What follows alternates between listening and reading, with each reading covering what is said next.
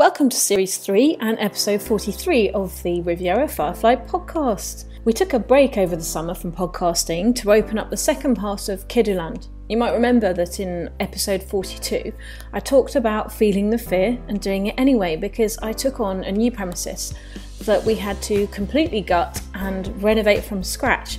It was really quite a challenge, but we're pleased to announce that the loft, the 180 metres squared space, is now open, and it adjoins the original 150 metres squared of space that we're calling the annex. So we've got about 330 metres squared all told. In the new space, we've got a huge room dedicated to our playgroup and kindergarten just for them. They're really getting into it and enjoying this new space. And it opens up onto an even bigger space called the hall, which is over 70 metres squared that we're using for sports and gym activities and meetings. And in the holidays, it's been a great space for us to sort of do circle time and group work. Well, it was quite a journey. It was fun, it was challenging, it was exhausting. And it took me from May and June right into my busiest time of the year, the summer, because we started all our holiday camps. So we started using the space immediately. And at the same time, I was also running camps in the Golden Tulip Hotel. And we had the Kidooland kids going off around and about the Côte d'Azur. So it was a really busy time over July and August. And I basically had no talk left in me. I kept thinking I needed to pop back on and tell you how things were going. But I just thought, you know what, just focus on the kids and focus on home life, and we'll get back to podcasting when the time is right. So back in September, we had La Rentrée, and with the new expanded space, we were able to take even more kids on this year. So it's been non-stop with new classes, clubs, Pilates, yoga for adults, which I've been joining in, and it's been fantastic. I'm really proud of myself. We also added chess club and more dance classes for the kids. And then we're suddenly in the Toussaint holidays, where we've got 5 groups in this week. We also were organising little conferences and talks. One that I went and joined in was the university application talks that we held with Dorothy Foster. Now you might remember Dorothy is an educational consultant. You can listen to her in episode 34. Brilliant to have her here in person sharing her top tips with us. And we've had our monthly business mastermind cocoons. They're sort of meetups where we work on our business, not in them. Once these holidays are over, we're going to be working even more on our first event, which is going to be the Kidooland Christmas Fair.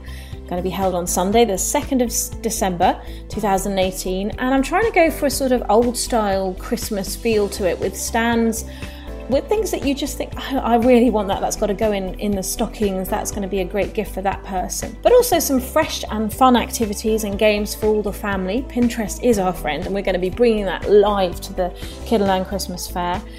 We decided to support Mimosa this year as much as possible through this event. It's basically our way of putting back into the community. And if you would like to join me, volunteer your time, help me with the organisation, either in the run-up or on the day, please do get in touch. I'm looking for as many hands as I can to make this event something that people really want to come to, and something that they really want to be part of in future years. I've got some great, fabulous people running some of the stands. There's only 2 spots left. And as a thank you to these people that are going to be coming and sharing their wares with you, I thought it would be a really nice idea to hear their stories, how they came to be doing what they were doing. And so we're going to be listening to a couple of them over the forthcoming weeks between now and the fair. Up first, I've got Rhonda Nicole from Sea Riviera. Rhonda recently has taken the creativity plunge by setting up her artisan business using sea glass that she finds on the beaches on the Côte d'Azur. You have to go and check out her Etsy shop. It's got some really great, unusual, unique jewellery items on there. And what I love about it is it's the natural beauty of the sea glass and the fact that it's helping the environment too. Let's roll. Having successfully launched 3 businesses, bilingual mum to 2 and entrepreneur Antonia Beauvoisin-Brown has connected with thousands of people, both French and international, since moving to the French Riviera. These connections allow her to speak to successful local businesses and inspirational people about life here on the Côte d'Azur and share it with you. Welcome to the Riviera Firefly podcast with your host, entrepreneur, and my mum, Antonia Beauvoisin-Brown. Welcome to the Riviera Firefly podcast, Rhonda. Thank you for having me. So we're on a beautiful autumnal sunny day. I'm over at Kidooland in Vallauris. You're down in Nice. And I'm guessing it's beautiful down in Nice right now. It is beautiful, but, I have to say, I feel like I'm mourning the loss of summer. I've already stopped swimming in the sea. So for me, that's the mark that winter has come. We do get a bit frileuse here in the south of France, don't we? I was down in Jewellery yesterday and lots of people were swimming, but I was like, oh, it just looks that tiny bit too cold for me. I know, and I'm Irish, so really in my blood, I should be strong and hearty, and my partner, he's from Normandy, so equally he should be we have no excuse, do we? We don't, but we're both wimps, so we stop in September. I'm exactly the same. I get you there. Well, thank you for joining me. So just so that our listeners know, this is series 3, and I decided to start this series 3 with interviewing the people that are kind enough to be supporting the first Kidooland Christmas Fair, which is on the 2nd of December. And Sea Riviera, your company, are going to be having a stand there. So we're thrilled about that. And I want to hear a little bit about how you sort of came to being in the south of France and what inspired you to set up Sea Riviera. So what made you take the steps from Ireland over here? Well, my background is in anthropology. So I guess inherently I'm one of those people very curious about the world. I studied anthropology at Cambridge, and then I lived and worked in the Middle East, in Hong Kong. And then I came to the south of France in October 2013, and I was a private tutor. So I was working with children. I love that innate creative spirit that children have. I hope it's brushed off on me. And then a couple of years ago, I started working as a cultural researcher for a company in the UK. So I was working remotely. And of course, working remotely is great. You've got the freedom of being wherever you want in the world. But one of the downsides about working remotely is that your work-life balance gets a little bit unbalanced sometimes. So I was ending up, working a lot inside, never really leaving the house. And this is kind of where Sea Riviera came about. So it was in winter 2017. And my partner said, you've got to go outside, you're working too much. So we would go to the beach after work, and we started collecting seaglass. So seaglass is that tumbled glass that, every single child in the south of France probably has a jar of it in their house. And we would collect it. And for me, it was almost a form of mindlessness. So I was emptying my head after hours spent on the computer, but it was also a way of reconnecting. So it was kind of mindfulness at the same time. And then after a while, we just had so much seaglass in our house that my partner said, you got to do something with it. Why don't you make jewellery? So that's what we did. We're still very young.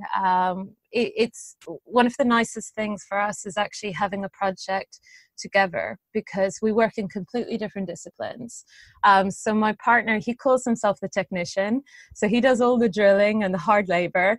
And then I create the jewelry. I'm kind of responsible for the marketing. And then we both do the markets together. So it's a really nice team company. Would you say that you were creative as a child? Where did this sort of creativity come from? I was very creative as a child. It was always my ambition to go to art school. Instead, I went to Cambridge, which is probably the antithesis of creativity. So I went to a very, very academic university. And for a long time, I put that creativity, a bit in a box. But whenever I was in the Middle East, I would do art therapy workshops. I would do ceramic workshops with local children. Whenever I was in the UK, I did some collaborative workshops with the NHS, with young children who had, early psychosis. So I've always been very, very interested in creativity. There's a really nice quote. I don't know who said it, but it was the creative adult is the child who survived. So I try to embody that a little bit. I love that. I'm a huge fan. I don't know if you've heard of Sir Ken Robinson, who does lots of TED Talks about creativity and how we've been in schools very much educating from the waist up. and sort of not thinking about dance, performing arts, creativity, that we sort of put all the focus actually on the academic, you know, the maths, the sciences, that kind of thing. So it's brilliant when you finally see a child that grows up and manages to keep up their creativity in adult life. I think it's fantastic. Yeah. Thank you. It's a bit of a challenge sometimes, because you get into that habit of doing the 9 to 6 job. So your sense of creativity becomes more and more minimized. But I think, you know, creativity, it involves breaking out of those established patterns, and it means seeing the world in a different light. And Yeah. I think in general, maybe the French are a little more embracive of that. You know, my partner always pushed me to be polyvalent. You know, he would always use that term, be polyvalent. So I suppose that's where the lovely marriage of Sea Riviera and my other work, they come together. So you've got the sea glass, your partner's been busy drilling it, you've been busy creating, and you've got these beautiful items that I can see on Etsy. How did Etsy come about? How did you just, you know, why did you decide to use Etsy, and has it been difficult? So Etsy came about probably because I didn't actually have the courage to do markets for a long time. So whenever I think of artisans selling at markets, I always thought that they were proper artisans, and I didn't quite feel I fit into that. You know, I really wanted to. So for me, Etsy probably stemmed from my own timidness.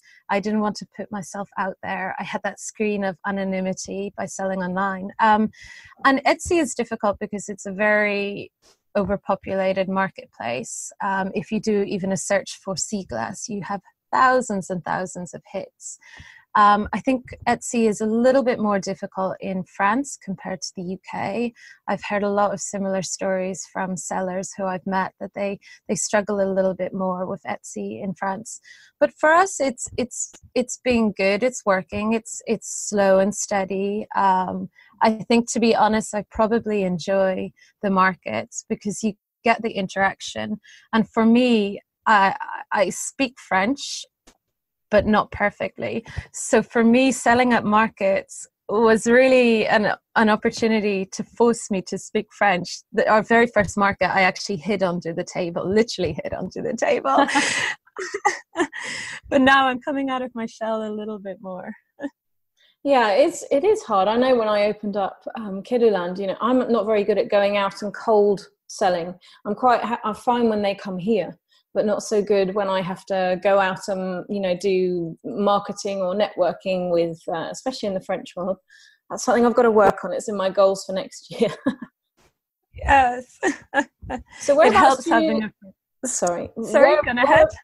Whereabouts do you do your markets? So we've done a couple so far. We have done Roquebrune, Cap Martin. We've done a couple of the nocturne markets in the summer in Vence. We have a few more coming up. We did one in, I think it was Cagnes-sur-Mer. So we're getting there. You know, we're getting around the region a little bit more. And do you have a kind of top seller, something that is the thing that people go to on Etsy, or are they all very individual creations and none of them look the same?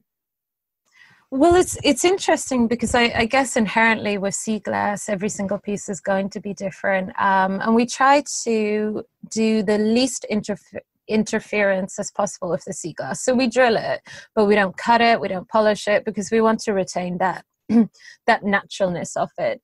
Having said that, our very first piece that we started creating were these little bottle necklaces.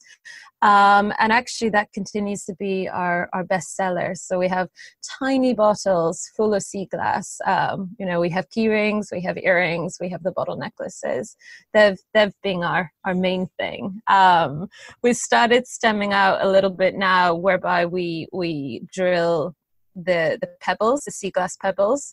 That was an innovation thanks to my partner. So we're starting to incorporate a little more styles, but still keeping it very much based around the sea and the things that we find on the beach. And where are you going to be taking this in 2019? What have you got planned for us in 2019? Well, hopefully more markets, hopefully more of a focus on our marketing, our communications. I've actually taken the slightly scary leap of faith by substantially reducing the hours of my 9 to 5 job. Wow. So really, I've got no excuse now. It's make it or break it time. And we just want to get the message out there, because I suppose our mission is twofold. Obviously, we're creating a product. We want to sell that product. But we want to encourage more of a message of reusing and recycling. So we're finding these items on the beach. And at the same time, whenever we're finding these items, we're picking up plastic. We want to try to reduce the sheer amount of plastic that's found on the beaches here. Apparently 95% of the waste on our beaches is all plastic. All of the turtles have plastic elements in them. It's horrible. It's grotesque. So that's something we want to see, how we can have that positive contribution at the same time as obviously having a business. What a brilliant message. And it is shocking. I was looking at the statistics of how much is spent on Nice beaches, cleaning them up every morning when the tourists are there, and how many tons of plastic that people aren't taking home with them or recycling that they leave on the beach. Yeah, it's brilliant that everyone is doing something, hopefully, and together we'll make a difference. It's time, isn't it? I know. I think so. And it's, there's definitely that great energy about plastic, especially in the media now, so much on microplastics, on what you can flush and not flush. So hopefully the tide is turning, so to speak. Yeah. Well, this sounds like a brilliant Christmas present. So where can people find about the Etsy? What's your Etsy shop called? And are you on any other social media? We are. So our Etsy shop is www.etsy.com/shop/Sea Riviera. On Etsy, you can also do a search for the shop name Sea Riviera. We're on Facebook. We have a very tiny Facebook page at the moment. It's Sea Riviera.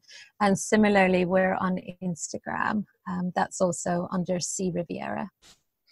Fab. Now, I wondered if you had any top tips for living on the Côte d'Azur winter. What do you kind of get up to? What do you recommend our listeners do? Oh, gosh. Well, for me, I love going cycling.